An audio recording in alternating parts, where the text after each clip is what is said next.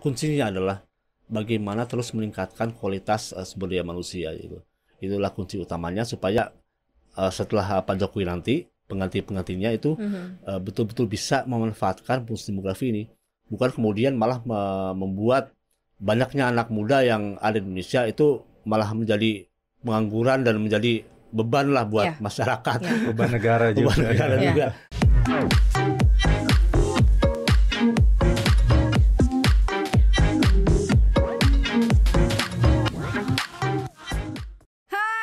Cuan, selamat datang di podcast Cuap Cuan. Hari ini segmen koneksi konten ekonomi seksi. Hari ini bareng Mario Katarina dan bareng Head of Research CNBC Indonesia Hidayat Setiaji. Siap. Dan juga ada Adam Isa, produser CNBC Indonesia TV. Kita akan ngobrol yang seru-seru seputar kemerdekaan Republik Indonesia. Sudahkah kita merasakan kemerdekaan? Sudahkah kita juga berkontribusi terhadap kemerdekaan ini? Kita akan obrolin banyak buat Sobat Cuan. Gengs, gimana di rumah lo udah mulai rame nggak? Kalau di rumah gue ini kayak kemarin-kemarin udah mulai hype-nya karena kan setelah pandemi 2 tahun tuh nggak ada kegiatan. Betul. Nah sekarang tuh udah mulai nih, kayaknya nanti bakalan ada lomba-lomba segala macam nih. Udah mulai ada lomba-lomba sih. Penyisihan lah, babak penyisihan lah. Babak penyisihan. Gaple itu kan penyisihan tuh biasanya kan finalnya tuh tanggal 17. Tanggal 17. Tapi udah ya, berarti udah mulai bergeliat kegiatan-kegiatan ramai gitu. Lagi, sudah tidak ada pembatasan lagi gitu kan. Anak-anak juga sudah mulai ikut-ikut lomba. Iya, betul. Bapak-bapaknya juga ada olahraga. Ini tuh kayak good news ya, kabar baik di tengah kondisi pandemi yang kemudian menjadi endemi dan sekarang sudah bisa lagi dirasakan. Berarti kan waktunya untuk take off bangkit lagi. Kembali. Mulai lagi lepas landas nih, Mas Haji. Kita gimana sih caranya kita tuh untuk mengukur nilai kemerdekaan 77 tahun Indonesia? Walaupun kalau dibandingkan dengan negara-negara yang lain, misalnya seperti Amerika yang 240 tahun sudah merdeka, kemudian Inggris juga yang usia kemerdekaannya ribuan tahun. Jepang mungkin yang at least 11-12 ya sama 11, kita ya. Jepang, Korea Dan negara-negara ya hitungannya masih muda lah ya Indonesia ini 77 tahun. Iya, kalau di level Asia sih sebenarnya udah cukup matang. Senior ya. Kalau dibandingkan dengan misalnya kayak Malaysia, kemudian juga Filipina, kemudian juga Singapura, itu kan lebih kita lebih dulu menyatakan atau menyatakan kemerdekaan atau kedaulatan sebagai sebuah negara. Sama India pun kayaknya kita lebih awal sih. India kan juga mereka dirikan lebih lama daripada kita kemerdekaan. Jadi masih masuknya ke senior ya? Ya lumayan senior lah kalau di level Asia. Di kawasan Asia Tenggara juga. Kecuali Thailand ya. Thailand kan tidak pernah dijajah ya kalau Thailand. Iya benar. Nah ini kan kita bahas mengenai 77 tahun Indonesia merdeka.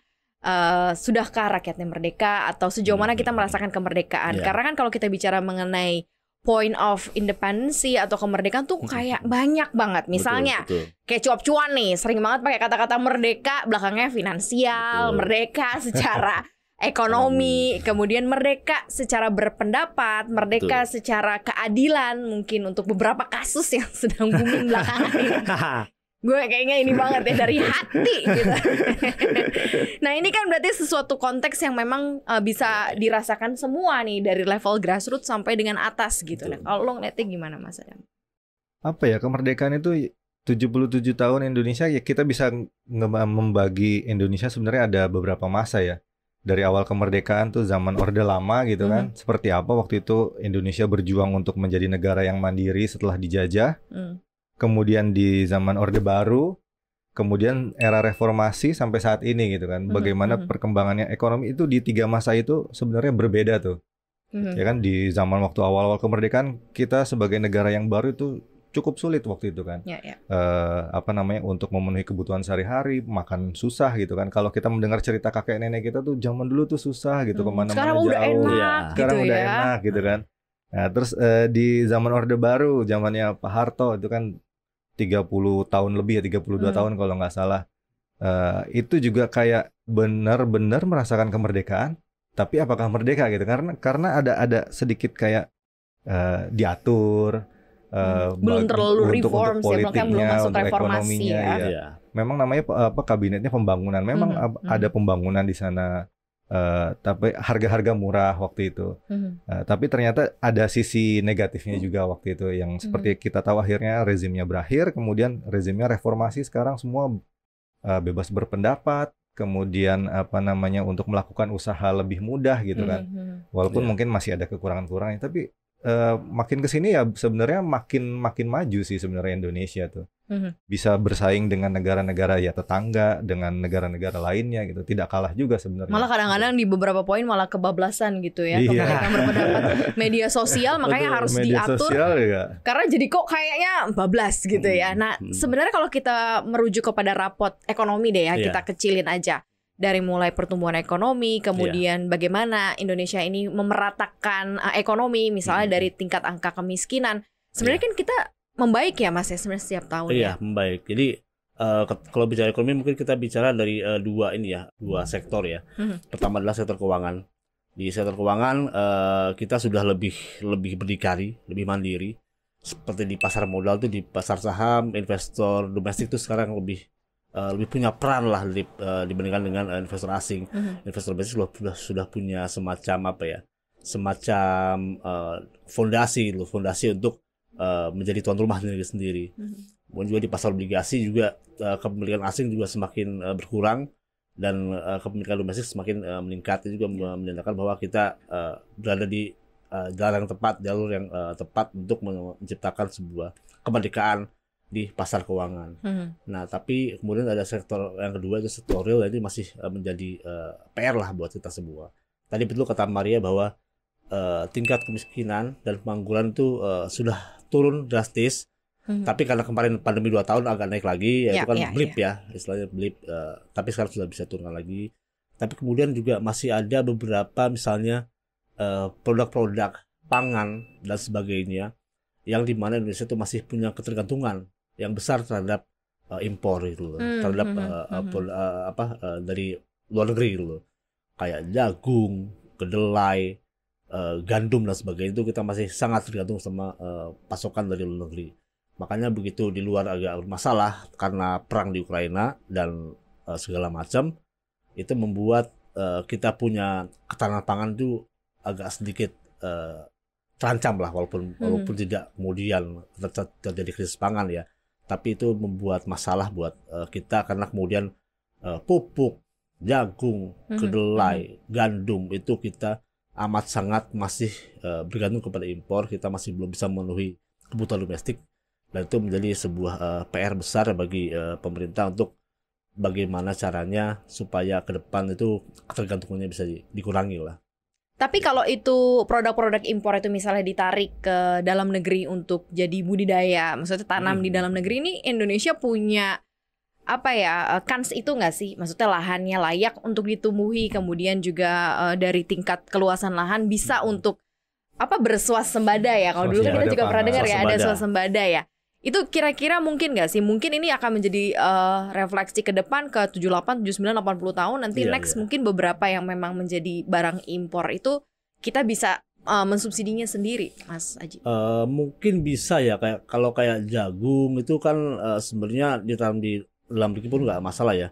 Tapi kalau kayak kedelai itu kan mungkin ada perbedaan ya antara kedelai karena mungkin masalah tanah, masalah iklim juga membuat kedelai ini kualitasnya berbeda dengan dari US, dari Amerika, dari China agak berbeda. Dan mungkin itu yang lebih di prefer sama perajin tempe tahu itu kan adalah kedelai dari impor dari Amerika, dari China, bukan dari Indonesia. Nah, semoga jagung sendiri pun juga lebih banyak untuk pakan ternak sebenarnya ya. Betul. Bukan untuk pakan manusia malahan. Iya, ya. betul. Karena sebagian besar kayak jagung itu untuk pakan ternak sih, bukan untuk konsumsi manusia sehari-hari. PR pangannya banyak berarti. PR pangannya banyak. Ya, dan masalahnya satu lagi sebenarnya luasan lahan panen kita tuh semakin tahun semakin menyusut ya. Iya, luasan panen menyusut walaupun Pak Jokowi bilang bahwa Indonesia sudah 3 tahun tidak impor beras. Nah, tapi kemudian kalau kita lihat data BPS itu setiap tahun itu luasan panen padi itu menyusut, walaupun kita swasembada, tapi ternyata luasan panen dan hasil panennya itu yieldnya itu menyusut. Itu karena ya berbagai macam lah. Satu ya mungkin karena alih fungsi lahan dari pertanian menjadi industri, menjadi perumahan dan sebagainya lah, menjadi infrastruktur dan sebagainya. Yang kedua juga mungkin masalah ada juga faktor yang kita tidak bisa kendalikan, yaitu climate change ya, perubahan iklim. Ya, Jadi betul. karena iklim yang semakin tidak menentu membuat sawah-sawah terutama yang setelah hujan ini menjadi sangat rentan gitu, karena airnya tidak menentu. Itu juga kan ya climate change juga kan yang Betul, membuat akhirnya betul. berpikir untuk memindahkan ibu kota Betul. ke ibu kota ke IKN gitu Yes, kan. yes. Ya sebenarnya ada satu masalah lagi, kayak zaman dulu orang berpikir bahwa bertani itu adalah pekerjaan yang baik gitu kan, untuk menyediakan bahan pangan segala macam. Nah masalahnya di zaman sekarang ini anak-anak muda itu sangat sedikit yang melanjutkan budaya untuk bertani. Benar. Ya, apalagi di Indonesia ini bertani itu masih banyak dilakukan di Pulau Jawa. Nah, sementara lahan pertanian di Pulau Jawa itu makin Udah menipis, habis, ya. Betul. Nah, sementara untuk di lahan di Pulau Sumatera, di Kalimantan gitu kan, di Sulawesi, memang lahannya luas, tapi kan konturnya berbeda gitu Betul. dengan tanah yang di Jawa. Itu yang akan membuat sulit. Yang kedua masalah budayanya. Apakah mereka masih mau bertani? Kemudian apakah kesejahteraan petani itu terjamin di zaman sekarang gitu? Makanya orang lebih berpikir ketika selesai sekolah, walaupun orang tuanya petani, dia pasti akan berpikir untuk mencari pekerjaan ke kota atau minimal ke pabrik-pabrik yang ada di pabrik pengolahan yang ada di desanya atau di kampungnya, di tempat-tempatnya mereka seperti itu. Tapi untuk melanjutkan menjadi petani kayaknya harus berpikir berapa kali gitu. Mungkin itu tugas orang tua ya sekarang Iya. juga nih, untuk ngasih tahu ke anak-anaknya ada profesi petani loh, ya kan? Coba kayak misal lo ngomong nggak ke anak lo bisa jadi petani, bukan cuma jadi dokter atau cuma bukan jadi insinyur, tapi lo bisa jadi petani sebenarnya kan gitu. sekarang bisa digabungkan dengan teknologi sebenarnya. Iya, Nah, betul. masalahnya kesejahteraan petani ini seperti apa di Indonesia saat ini gitu. Kita ngomongnya mau bersuasembada pangan, terus ada Badan Pangan Nasional, ada ID Food segala macam. Kemudian Presiden Jokowi sudah mencanangkan untuk menanam sorghum apa segala macam sampai nanti untuk krisis pangan kita harus punya ini gitu kan. Nah, tapi masalahnya siapa yang melakukan itu gitu kan? Apakah ada orang-orangnya yang benar-benar bersedia menjadi profesi petani, kemudian membuat Indonesia bisa swasembada pangan lagi gitu kan? Tapi mungkin untuk beberapa komoditas seperti kayak gandum itu sama kedelai, memang di Indonesia tidak bisa karena faktor cuaca iklimnya beda gitu kan. Kalau gandum kan harus di subtropis gitu kan. Walaupun kita bisa nanam mungkin di tempat yang lebih dingin, tapi akan beda hasilnya gitu. Iya, itu dia Kualitasnya makanya. beda. Ini kemerdekaan Indonesia mungkin sudah 77 tahun, tapi ternyata ada PR-nya justru di pangan, di mana Indonesia negara agraris kan sebenarnya kan. Tadi menarik tadi Adam bilang bahwa memang kalau jadi petani itu akan jadi sejahtera atau enggak sih? Nah, ini menarik karena kalau kita lihat dari data BPS ya, saat harga beras itu naik, kita konsumen bayar lebih nih, di petani itu hanya sedikit menerima kenaikannya. Itu terjadi di semua petani kayaknya, betul, kelapa sawit juga sama, dialamin juga. Jadi petani itu hanya mendapat untung sedikit dari kenaikan harga, sementara konsumen bayar lebih mahal. Artinya apa? Ada pihak-pihak perantara lah. Jadi di antara produksi itu, di tengahnya itulah yang banyak mengambil untung. Jadi mungkin itulah yang membuat orang-orang lebih tertarik jadi pedagang daripada jadi petani. Karena pedagang itu bisa mengambil cuan lebih gede, menikmati untung yang lebih besar daripada petani. Petani udah nanam, capek, udah kasih pupuk tiap hari, nyiramin segala macam, panen juga perlu biaya, perlu tenaga. Ini pedagang enak kan, tinggal datang, yuk ambil, beli, udah jual ini mahal. Harga dia yang bentuk. Harga dia yang bentuk. Pedagang ini ya. Jadi itulah yang membuat orang lebih suka jadi pedagang daripada jadi petani gitu, karena emang lebih gede cuannya. Atau mungkin jadi kayak importir pangan gitu kan, ada akses dari pangan di luar negeri mana, kita tinggal masukin aja ke dalam negeri gitu, jadi importir, kita jual dengan lebih mahal, stok ada gitu kan. Itu akan lebih menguntungkan sebenarnya ya. Tergantung, memang persepsinya memang harus ada yang dirubah sebenarnya. Kita berharap sih mungkin level kesejahteraan bisa sampai dari situ dulu gitu. Ya berangkatnya ya. Dari level produsennya gitu. Nah, ini mungkin mudah-mudahan juga kedenger nih ya, karena 77 tahun. Atau mungkin ada paradigma kemerdekaan lain yang diambil oleh anak-anak, karena kalau kita lihat kan anak-anak zaman sekarang, bahkan yang di level milenial atau Gen Z, mereka jauh lebih perform ya. Apalagi misalnya gini, di beberapa film-film yang karya Marvels, baik itu yang ada filmnya ataupun seriesnya, gue menemukan loh nama-nama Indonesia. Betul, ada. ya kan? Animatornya apa segala macam ya. Mereka merasa bahwa kemerdekaan mereka mungkin sebagai seorang animator itu lebih dihargai, mahal, diapresiasi. Nah, ini kayak gimana nih? Yang sebenarnya kita berharap mereka pun bisa menjadi salah satu sumbangsih juga untuk menghidupi teknologi atau konten-konten animasi kita sebenarnya. Ya mungkin karena di dalam negeri wadahnya belum terlalu terbentuk ya. Ekosistemnya belum terbentuk ya. Kalau kita keluar negeri kan di Jepang, di Korea, bahkan sampai pusatnya di US itu kan sudah sangat mapan ya, sudah sangat matang pasarnya, sudah sangat industri itu sudah sangat terbentuk ya. Jadi mereka punya kesempatan tuh di sana akan lebih besar, mereka punya talent di sana juga akan lebih dihargai lah. Nah itulah juga salah satu PR kita bagaimana membentuk ekosistem, membentuk membentuk wadah bagaimana cara menampung milenial ini, Gen Z ini supaya bakat mereka itu tersalurkan dan bisa menjadi industri baru yang kemudian menciptakan sebuah pasar baru gitu loh. Ini kan sebuah potensi ekonomi baru yang harusnya bisa kita capture, kemudian kita manfaatkan sebagai salah satu kekuatan kita gitu loh. Ya semoga ke depan akan lebih banyak lagi terbentuk ekosistem dan ruang-ruang digital, ruang-ruang industri 4.0 lah di Indonesia. Kayak Korea menemukan K-pop, kayak drama yang akhirnya bisa menjadi jantungnya mereka gitu kan. Sebenarnya ada satu lagi yang bisa menjadi orang-orang yang bisa menjadi punggawa untuk Indonesia ke depannya gitu kan. Itu adalah orang-orang yang sebenarnya cukup cerdas yang menerima beasiswa LPDP. Iya. Nah, masalahnya sebagian penerima beasiswa LPDP itu berkarirnya tidak di dalam negeri karena kan beasiswa itu di luar negeri gitu kan. Iya, betul. Kemudian mereka ada masa kuliah sambil kerja di sana dan mereka merasakan lebih nyaman di sana gitu kan, tidak melanjutkan karirnya di dalam negeri.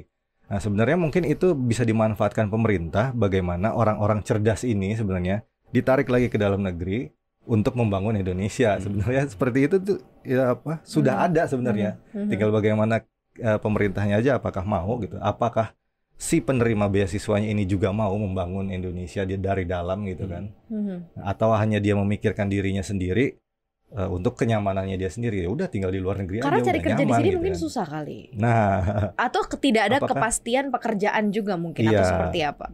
Apakah untuk pekerjaannya yang susah atau mungkin apresiasinya yang kurang di sini gitu kan? Wah. Karena kan ada orang yang di Indonesia tuh ada yang penemu apa di Indonesia tidak diakui. Ternyata dia keluar negeri, wah langsung diapresiasi, dilanjutkan penelitiannya apa segala macam. Itu sih sebenarnya gitu. Mungkin Indonesia punya PR tambah lagi kali ya Mas Aji. Kalau orang dengan berpenduduk padat atau besar dengan luas cakupan yang besar itu memang agak susah gitu untuk diratakan gitu ya, disamaratakan. Itu sebenarnya sebagai salah satu PR juga nih. Betul. Kan kalau dulu ada permasalahan infrastruktur, sekarang kalau kita lihat infrastruktur sebenarnya udah lumayan maju lah ya. Dari Sabang sampai Merauke. Nah, tapi mungkin membentuk sistem kali ya supaya semuanya diterima sama. Betul. Jadi seperti sama. Kita punya acara ini, yang penting adalah koneksi. Jadi bagaimana bagaimana mengkoneksikan sumber daya misalnya di Papua atau di Sumatera itu bisa terkoneksi dengan baik, dengan efisien, dengan lancar, sehingga kemudian tidak membuat cost dari logistik itu semakin mahal. Nah, inilah tantangan buat kita sebagai negara yang berpulau-pulau ya. Ada belasan ribu pulau dan itu membuat logistik itu semakin menantang ya. Iya kan Pak Jokowi sudah punya program tol laut ya, dicanangkan pada 2014 waktu beliau pertama kali menjabat. Nah itu kan sebenarnya untuk memangkas biaya logistik maritim, karena Indonesia kan adalah negara kepulauan, sehingga mau tidak mau untuk menghubungkan antara satu pulau dengan yang lain itu adalah dari sisi laut ya, maritim. Nah itu sudah mencoba dikembangkan oleh Pak Jokowi, tapi kemudian kok programnya kayaknya belum terlalu bergema lagi. Nunggu investor atau pandemi. Mungkin saja, atau mungkin juga karena memang memang nggak ini aja, memang nggak untung aja gitu. Iya makanya kan. Cuan nggak ya? Kalau nggak salah ada kasus berita saya pernah baca tuh, perginya isi, pulangnya kosong gitu. Nah, itu kan betul. Iya. menghabiskan biaya-biaya Betul, kayak isi Ada biaya BBM, apa bensin, segala bla macam. bla bla, Betul, benar. betul. Harusnya benar. kan pergi isi, pulang isi lah, itu baru Nah. menguntungkan tuh. Nah, betul. Kalau di beberapa daerah memang punya apa cross, mereka bisa komoditas asik jadinya Iya, gitu betul. kan. Lebih mudah jadi ya. Iya. Jadi bisa nggak usah pusing-pusing lewat tol laut. Nah, dikit nih ya, dikit. Karena kan kita ulang tahun ke 77 tahun nih. 79 tahun nih kita udah masa yang berbeda lagi. Ada pemilihan presiden di situ Oke. di tahun 2024 kan pasti nih akan jadi PR panjang untuk orang baru pasti. Kita nggak tahu siapa nih. Karena presiden kita udah nggak mungkin Pak Jokowi lagi udah 2 periode. Entah siapa gitu ya. Kira-kira lo ada ini nggak sih bayangan apa yang mungkin harus menjadi PR besar yang harus dilakukan nanti nih di 2024? Setidaknya ada apa ya? Ada satu PR besar yang mungkin akan berkesinambungan ya. Karena kan kita tahu bahwa Indonesia kan disebut-sebut punya bonus demografi sampai 2045. Ya. Nah, ini kan waktunya semakin lama bukannya semakin panjang tapi kan semakin pendek. Nah, ini bagaimana kita bisa memanfaatkan bonus demografi ini menjadi sebuah keuntungan, bukan menjadi sebuah liabilitas, bukan menjadi sebuah beban gitu loh. Jadi ke depan ini kuncinya adalah bagaimana terus meningkatkan kualitas sumber daya manusia gitu. Itulah kunci utamanya supaya setelah Pak Jokowi nanti pengganti-penggantinya itu betul-betul bisa memanfaatkan bonus demografi ini, bukan kemudian malah membuat banyaknya anak muda yang ada di Indonesia itu malah menjadi pengangguran dan menjadi beban lah buat masyarakat, Beban negara juga. beban negara juga. Nah, itu adalah sebuah kesia-siaan ya kalau itu terjadi ya. Semoga nggak terjadi, semoga kita bisa membuat bonus demografi ini termanfaatkan dengan maksimal. Caranya adalah tadi itu adalah kita harus mengkoneksikan Indonesia gitu loh. Kita harus terus mencoba untuk mempersatukan Indonesia. Jadi bagaimana memeratakan pembangunan dari tidak hanya di Jawa dan Sumatera sebagai penyumbang PDB terbesar secara nasional, tapi juga kemudian kita harus memeratakannya ke Kalimantan, ke Sulawesi, ke Maluku, ke Bali dan Sulawesi Tenggara dan seluruh pulau-pulau lainnya.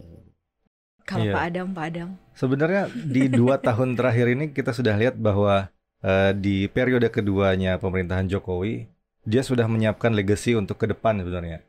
Satu yang paling kelihatan paling besar ya IKN itu kan. Ada investasi gitu. Itu nggak mungkin dilanjutkan oleh pemerintahan Jokowi. Pasti akan dilanjutkan oleh pemerintahan berikutnya. Selanjutnya. Ya. Kemudian banyak investasi-investasi yang masuk gitu kan. Itu kan tidak hanya akan selesai di 2024 gitu kan. Betul. Itu akan tetap berkesinambungan di tahun-tahun berikutnya.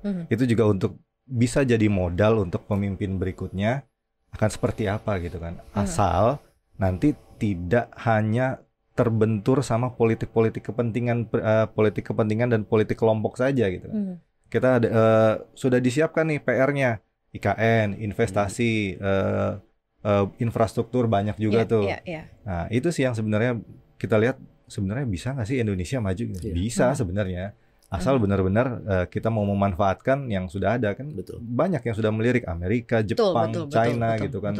Bahkan negara-negara Arab sudah berinvestasi di Indonesia. Itu sih yang harus kita jaga ke depan gitu. Dan sebenarnya tingkat popularitas Indonesia sebagai negara acuan tujuan investasi atau bekerja sama dengan negara-negara lain itu pun juga Cukup sudah besar masuk ya. dalam perhitungan ya. Betul, Iya. karena Mas kita Haji, punya pasar besar sekali, kita juga punya kondisi politik yang relatif stabil ya, tidak terlalu banyak huru-hara dan segala macam. Boleh juga kita punya komoditas sebagai bahan baku, sehingga kalau mau bikin pabrik itu bahan bakunya dekat, nggak perlu jauh-jauh dari mana-mana. Itulah kita punya keunggulan dan itu juga harus bisa dijaga. Dan benar tadi kata Adam bahwa jangan kemudian kita punya horizon berpikir itu hanya 5 tahunan gitu loh. Tapi kita harus berpikir jangka panjang gitu loh. Jangan sampai kemudian legasi Pak Jokowi ini menjadi seperti, mohon maaf, legasi-legasinya Pak SBY, seperti MP3I. MP3I itu sebenarnya proyek jangka panjang, 25 tahun. Tapi kemudian setelah Pak SBY-nya sudah tidak di istana lagi, itu kemudian di scrap gitu saja, ditinggalkan begitu saja. Itu sebenarnya agak sayang sekali ya, karena itu konsepnya sudah begitu matang, sudah ada peraturan perundang-undangannya, sudah ada dasar hukumnya segala macam, sudah ada step-stepnya sampai 25 tahun. Kemudian itu terbengkalai begitu saja, dan semoga ke depan akan lebih sustain lah, berkesinambungan, Kita sehingga berharapnya gitu sih ya. jangan berpikir 5 tahunan lah ininya perspektifnya gitu. Jadi jangan seperti sprint ya, tapi ini tuh maraton. Estafet ya. Jadi siapapun sebenarnya yang akan jadi pemimpin di 2024 ya ambil tongkat estafetnya gitu ya, dan memberikan terobosan-terobosan lain gitu di Kalau eranya. masih ada yang kurang bisa diperbaiki. Benar. Jangan ditinggalin gitu aja. Bener ya, kalau udah gak suka tinggalin kayak tinggalin mantan ya. Jangan ya. Tapi ini pesan kita juga di hari ulang tahun Republik Indonesia yang ke-77 tahun. Apapun yang ada di pikiran Sobat Cuan, di hati Sobat Cuan, doa untuk negara ini sebutkan di dalam doa ya, karena kita tinggal di Ibu Pertiwi Indonesia yang sudah memberikan penghidupan gitu ya, tempat, langit, begitu tanah untuk kita bisa berpijak. Kita bersyukur untuk ada 77 tahun ini, kita berharap Indonesia akan tetap terus melanjak terus gitu ya. Berkembang. Kurvanya berkembang dan banyak kan juga yang memprediksi bahwa Indonesia akan masuk ke jajaran negara-negara maju. Jadi kita berharap akan sampai ke sana. Amin. Wah, seru banget obrolan kita hari ini Sobat Cuan. Gak kerasa panjang tapi gak apa-apa. Ini bisa memberikan semacam semangat kemerdekaan untuk Sobat Cuan. Terima kasih Sobat Cuan udah dengerin podcast hari ini. Jangan lupa dengerin podcast kita di mana aja, Mas Adam. Ya, jangan lupa saksikan kontennya Cuap-Cuap Cuan di Spotify, di Anchor, Google Podcast, dan juga Apple Podcast. Yes, jangan lupa untuk follow akun Instagram kita juga di @cuap_cuan dan subscribe YouTube channel kita di Cuap-Cuap Cuan, di like, share, dan juga komen supaya kita juga dapat untuk ngasih banyak lagi materi-materi seru buat Sobat Cuan. Jangan lupa juga podcast kita hari ini akan tayang di CNBC Indonesia TV. Thank you banget ya Sobat Cuan. Maria pamit. Aji pamit. Adam pamit. Bye. Merdeka. Merdeka.